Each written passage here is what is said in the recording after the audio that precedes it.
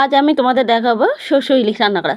তোমরা তো তোমাদের মতো রান্না করে খাও, আজ আমার মতো রান্না করে তোমরা একদিন খেয়ে দেখো।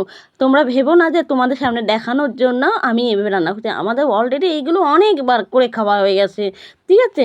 এই সর্ষের মধ্যে আমি 2 কোয়া নিয়েছি হচ্ছে রসুন, আর নিয়েছি জিরে, এই আর কাঁচা লঙ্কা, এই 4টেকে আমি একবারে বেটে নেব।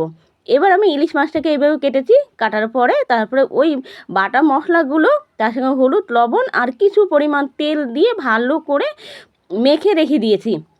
রেখে দেওয়ার পরে এইভাবে মেখে রেখেছি, ঠিক আছে। এইভাবে মাখাটা না হলেও আমি আধা ঘন্টার উপরে রেখে দিয়েছি। তোমরা চাইলে লেবুর রসও দিতে পারো, কিন্তু আমি লেবুর রস অ্যাকচুয়ালি ইউজ করি না, ঠিক আছে। আমি এইভাবে করেছি। এবার কড়াইতে আমি তেল দিয়েছি, তেল দেওয়ার পরে এবার আমি কাঁচা লঙ্কা ফোড়ন দিয়েছি, তারপরে আমি পর্যাপ্ত পরিমাণ জল দিয়েছি। তোমরা এখানে কি করবে, জলটা যেটুকু দেবে তার হাফ হয়ে আসলে তারপর এই মশলা মাখানো মাছটা দিয়ে দেবে, তারপর হয়ে যাবে। এইভাবে তোমরা রান্না করে খেয়ে দেখো।